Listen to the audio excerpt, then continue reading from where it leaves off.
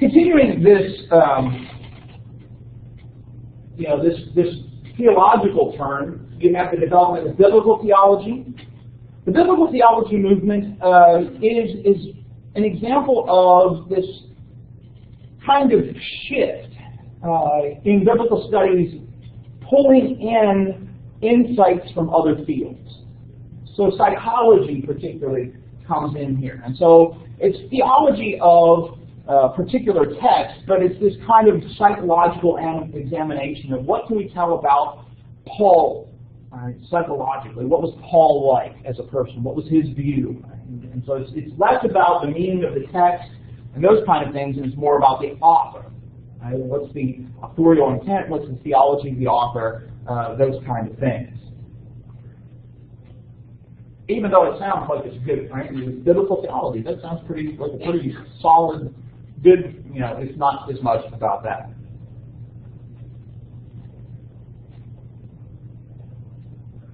One of the things, though, that also came out of this is that we're starting to see these approaches to various views, or pulling in other disciplines.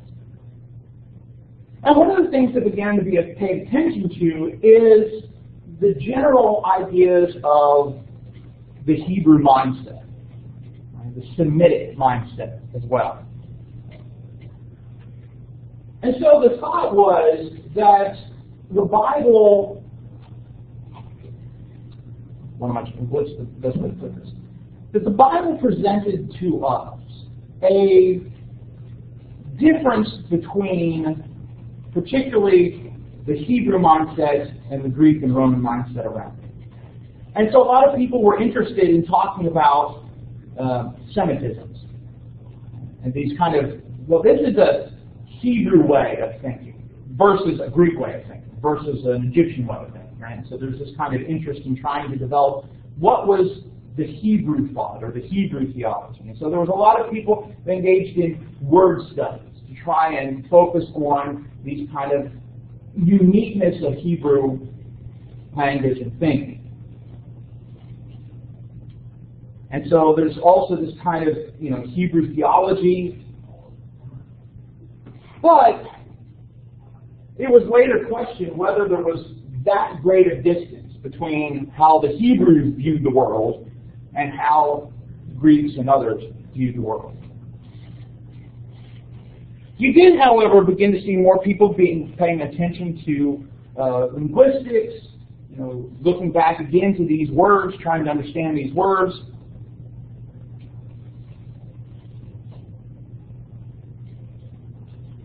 And instead of just trying to define the word, begin to think about the field of linguistics, how words work together, how people use words, right? So it's larger than just doing a word study of a particular word.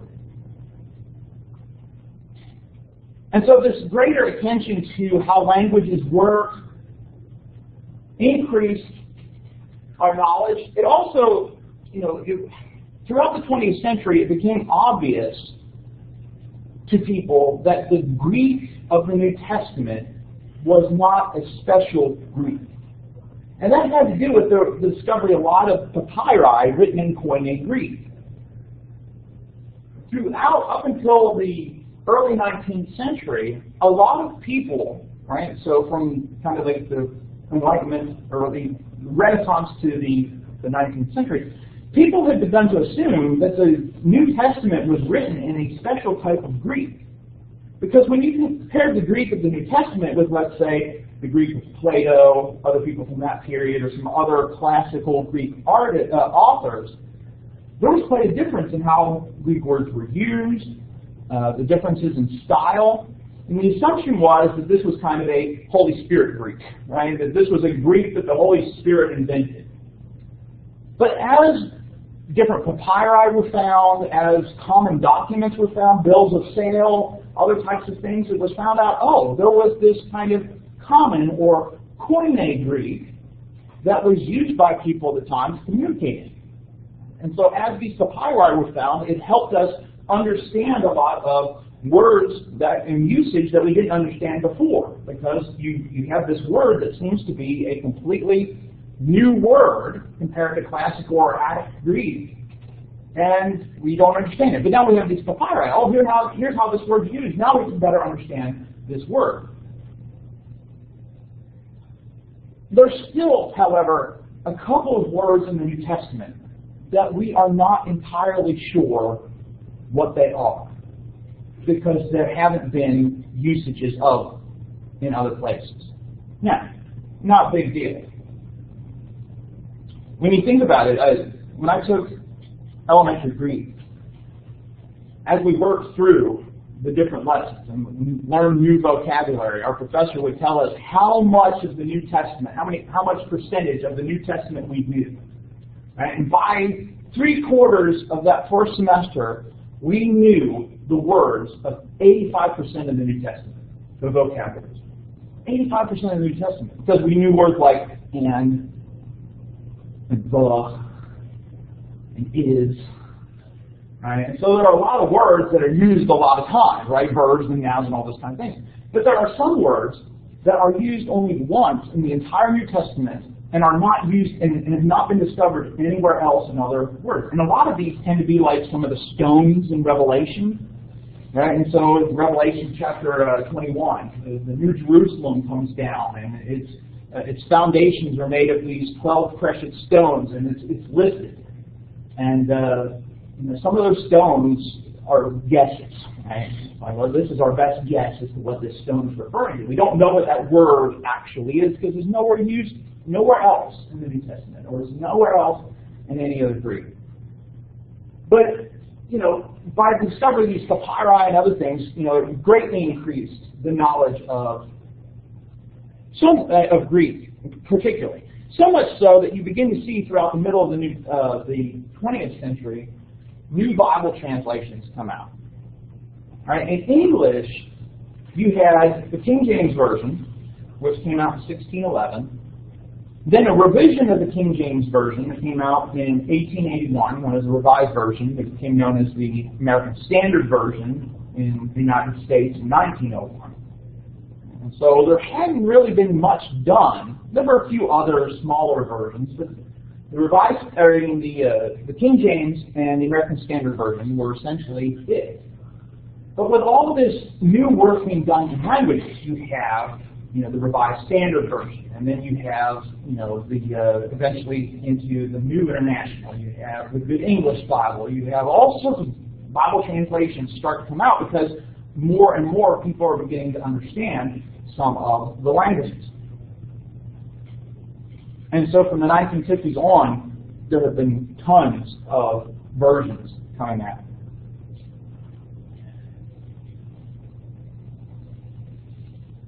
Toward the end of the last third of the 20th century, a couple of things that became really popular in biblical studies were looking at Second Temple Judaism. And Second Temple Judaism would have been that period from the period of the exile up till 70, AD 70, when the Second Temple was destroyed. Right? So about 600 years. There was a lot of interest in looking in that period, thinking about that period. Right, this is the period that Christianity develops in, and so a lot of people were interested in seeing how is because it starts as the Jewish renewal movement in a sense, right? Because all the people are Jews, Jesus is a Jew, he's speaking to Jews. So how does this form of Judaism relate to other forms of Judaism? Right, really looking at investigating the Pharisees, the Sadducees, the Essenes, which are that group that was connected with Qumran. And so there's a lot of interest in the Second Temple Judaism. And it also kind of renewed people's interest in looking for the historical Jesus again, but thinking about him in the context of Second Temple Judaism. How does Jesus fit in all of that? And so again, you have these quests for the historical Jesus. But often they are also, this skeptical outlook. Into the late 20th century, in the 1990s, there's a group known as the Jesus Seminar. And the Jesus Seminar gathered a variety of scholars from biblical studies, but it gathered scholars from other fields as well. And so they met together at a variety of times did some historical work, etc. But essentially they were gathering together to determine what of the Gospels is it likely that Jesus actually said. Right, so you're already kind of assuming that there's some things in the Gospels that Jesus didn't actually say. And so they produced a version of the Gospels, and it was color-coded. Out of, and the way they decided was they voted with these colored beads. Right? And so people would, here's this presentation. All right, let's vote on this particular passage.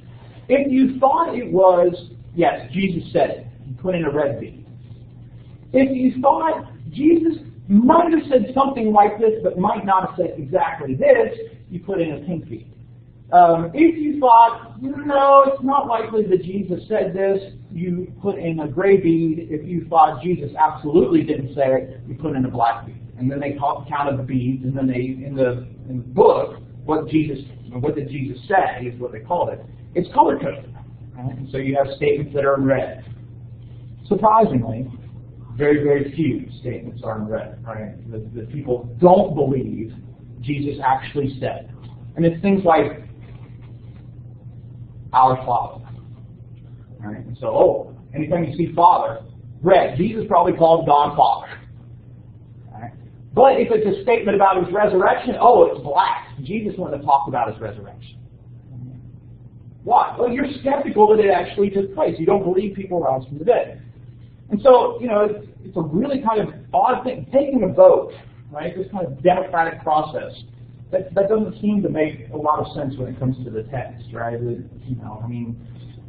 The assumption that we somehow know better in the 20th, 21st century than these first century authors did about what Jesus actually said or not. Isn't there a little bit of arrogance to that? Because you have to assume that, let's just call them, for sake of argument, Matthew, Mark, Luke, and John, that they either made this stuff up, they didn't actually believe Jesus said this, or they believe Jesus actually said those things. Well, how do we, 2,000 years separate from the historical Jesus, how can we feel any more confident that we can say what Jesus said or did or didn't do than these people who claim Jesus said this, Jesus did this? Where do we kind of come off as knowing better? But this is what essentially you had in this kind of scholarly hubris of, well, we know so much more than those people did. They were a whole lot closer to Jesus, right? But this is the assumption that you see in a lot of biblical studies, even in today. Another important shift in biblical studies is kind of moving away from what we might call biblical studies proper, right? Looking at the text, reading the text, interpreting the text, to things connected with the text. And so there's a lot of people interested in what we would call social history. Social history is interested in what was life like for the common person, day-to-day life in a specific time period. And so, the social history term in the 60s and 70s would be something like, let's talk about the Revolutionary period. And intellectual history might be interested in what did Thomas Jefferson believe and think and write, what did some of the other founders think and believe. The social history would be more like, what was it like for a common person in the late 1700s? Where did they live? What was their life like? How did they think about some of the things that they, what was going on with the revolution? So the social history kind of take that back, apply it to the Bible. What would day-to-day life in Corinth have been like? What was the common life like for the Israelites during the kingdom period? And so it's less about specifically taking the text apart, examining the text, talking about the text, and more about using the text to try and talk about what the social life was like for people at that time. Which further evidences how biblical studies is becoming today more of an interdisciplinary type of field. It's not just about looking at the text, there are other fields involved here. And so biblical study scholars might turn to anthropology and some of the things, the methods in anthropology to talk about aspects of culture. What was Roman culture like in the first century, and how does that, how do we see that reflected in the Bible? Sociological things, right? Relationships between individuals and society. Social history, we talked about psychology. Right? So this idea of using these other fields and these methods in other fields to help us better understand the Bible and the world of the Bible.